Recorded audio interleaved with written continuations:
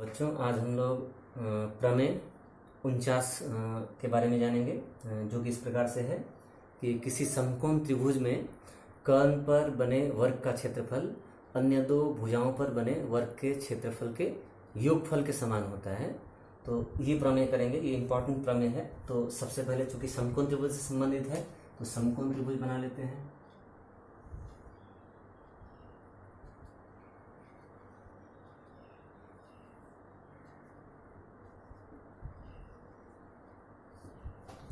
फिर हमने एक समकोण त्रिभुज बनाया जिसमें कोण ए जो है वो समकोण है। तो इस समकोण त्रिभुज हमको प्रमाण करना है कि कर्ण, यहाँ पर कर्ण ये भुजा हुई, तो इस कर्ण पर बना वर्ग अन्य दो भुजाओं पर बने वर्ग के योगफल के बराबर होता है। तो इसको हम लोग पहले लिख लेते हैं। माना ABC एक समकोण त्रिभुज है।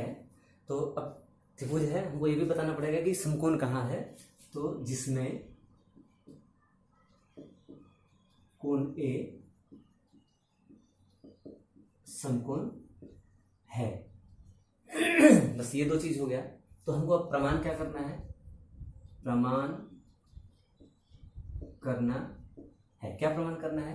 कर्ण पर बने वर्ग का क्षेत्रफल अर्थात BC का स्क्वायर बराबर अन्य दो भुजाओं पर बने वर्ग का, अर्थात एक भुजा है AB स्क्वायर, दूसरी भुजा है AC, उसका स्क्वायर AC स्क्वायर, इन दोनों के योगफल के बराबर होगा। ये हमको प्रमाण करना है। तो प्रमाण करने के लिए यहाँ पर थोड़ा सा हमको प्रमेय 48 का सहायता लेना पड़ेगा।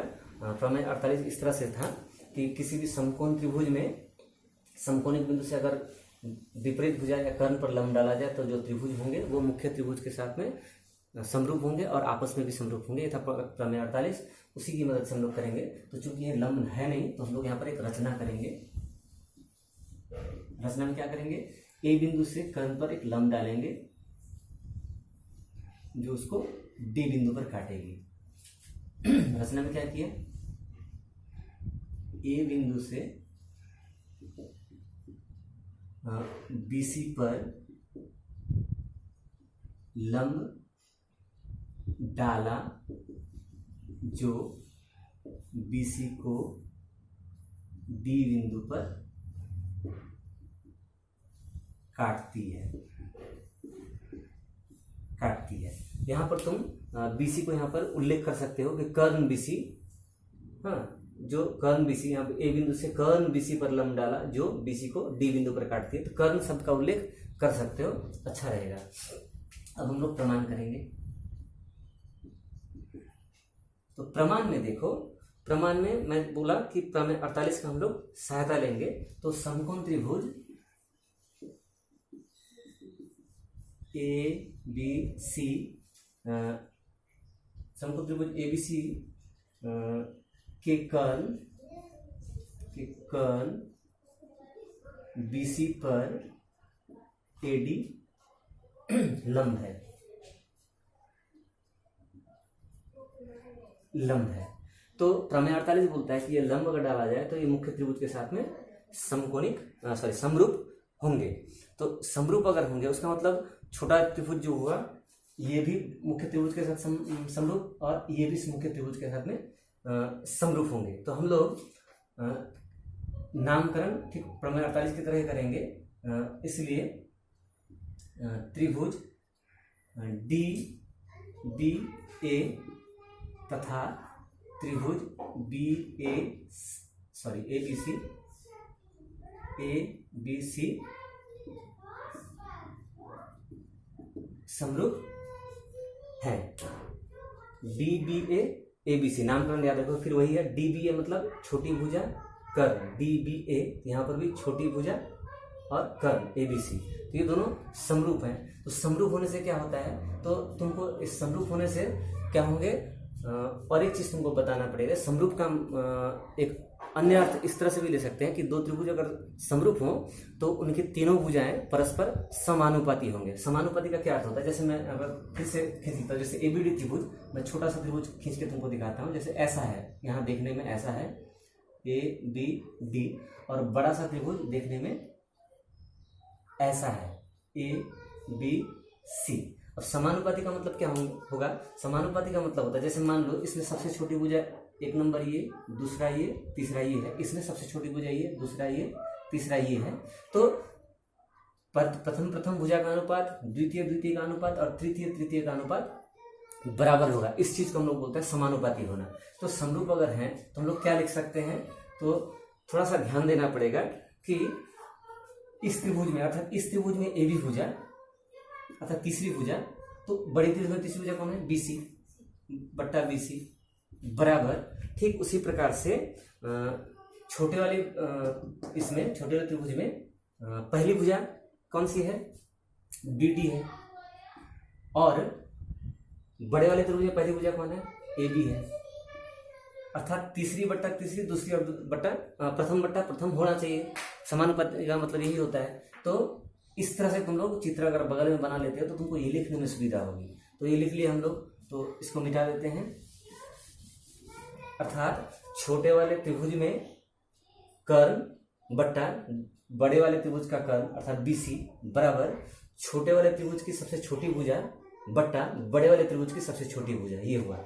इससे हमको एक मिलेगा या बाद में भी लिख सकते हो, इसलिए लिख सकते हो कि AB स्क्वायर बराबर BC इंटू BD। एक बात और बता दूं तुम लोगों को, तुमको चूंकि प्रमाण AB स्क्वायर है बराबर AB square plus AC square करना है, तो इस चीज को ध्यान देना है कि छोटी वाली इस त्रिभुज में AB को ही सबसे पहले लिखना है। तो छोटे वाले त्रिभुज में AB जो है तृतीय भुजा, सबसे बड़ी भुजा है, तो बड़े वाले त्रिभुज में तृतीय भुजा को लिखना है। यहाँ से शुरू करोगे तो तुमको गलती नहीं होगी। तो एक चीज हो गया, इसको हम लोग एक नाम दे देते हैं, एक नंबर। फिर हम लोग ये चीज तो मालूम है कि ये त्रिभुज भी तो मूल त्रिभुज के साथ में समरूप होगा, तो इसको भी हम लोग लिखेंगे। तो इस त्रिभुज का नाम हम लोग लिखते हैं DAC। फिर त्रिभुज DAC तथा त्रिभुज ABC समरूप है उपप्रमेय 48 के आधार पर ही। तो उस आधार पर लिखने के बाद में, चूंकि अब फिर इसको तो तुलना करते समय हम लोग AC से शुरू करेंगे, तो मैं फिर तुमको दिखाता हूं। यहाँ पर इस छोटे वाले त्रिभुज को मैं अगर यहाँ पर अलग से अगर बना लूं तो इस आकार का है। देखो नाम है ADC। और बड़ा वाला त्रिभुज अब भी इसी हालत में ही है, ABC। नामकरण करते समय फिर यहाँ पर एक नंबर सबसे छोटी, फिर उससे बड़ी, फिर उससे बड़ी, यहाँ पर भी सबसे छोटी, फिर उससे बड़ी, फिर उससे बड़ी। हम लोग शुरू कहाँ से करेंगे? इससे, अर्थात इस त्रिभुज की AC से करेंगे। इसलिए AC बट्टा, तो यहाँ AC कौन सा? तृतीय भुजा है, तो वहां का तृतीय भुजा कौन सा है? BC। तो AC बट्टा BC लिखेंगे। तो AC बट्टा BC लिखे। अब इस त्रिभुज में दूसरी भुजा कौन सी है? DC। वहां पर दूसरी भुजा कौन सा है? AC। तो यहाँ पर देखो, इसमें दूसरी भुजा है तुम्हारा DC बट्टा इसमें दूसरी भुजा है AC। समानुपाती है मतलब वही होगा, समरूप है मतलब समानुपाती है। तो यहाँ पर क्या लिखे हम लोग? तीसरी बट्टा तीसरी, दूसरी बट्टा दूसरी। इससे तुमको क्या, अब इसका जरूरत नहीं है, तुम लोग रफ में करोगे ये काम करने से तुमको लिखने में सुविधा होगी। फिर यहाँ से हम लोग मिल सकता है, हमको क्या मिलेगा? AC इंटू AC करने से AC स्क्वायर बराबर BC इंटू BD हुआ। इसको 2 नंबर दे देते हैं, बस हमारा काम खत्म है। अब आसान है। अब हमको 2 चीज मिल गया, 2 संपर्क मिला, दोनों को जोड़ने पर 1 नंबर और 2 नंबर को जोड़ने पर, अब इसको जोड़ने पर देखो क्या मिलता है? AB square plus AC square बराबर, यहाँ पर मैंने बायां पक्ष जोड़ रहे हैं, दायां पक्ष जोड़ रहे हैं, BC into BD plus BC into sir यहाँ कुछ AC square BC into DC होगा, ये DC। तो BC इंटू DC हो गया। तो यह थोड़ा सा गलती हो गया था, BC इंटू DC होगा यहाँ पर। अब यहाँ पर देखो, यहाँ पर ध्यान से अगर देखो तो यहाँ पर BC दोनों में है, तो BC कॉमन जाएगा, तो बचेगा तुम्हारा BD प्लस DC। अब इस जगह पे आके तुमको अब चित्र की तरफ देखना है। BD कहाँ पर है? ये। और DC कहाँ पर है? ये। अब BD और DC को अगर जोड़ेंगे तो क्या मिलेगा? BC मिलेगा। तो हम लोग इसकी जगह में लिखेंगे BC, अर्थात BC इंटू BC अर्थात BC स्क्वायर। तो यहाँ पर देखो, हमको जो प्रमाण करना था उसको उल्टे तरह से हमको मिल गया, अर्थात बायां का दायां हो गया, दायां का बायां हो गया। तो इसको हम लोग सुधार लेंगे, इसलिए बी सी का स्क्वायर बराबर A B square plus A C square प्रमाणित, प्रूव्ड। तो बहुत ही आसान सा प्रमेय है और परीक्षा के लिए इम्पोर्टेंट है।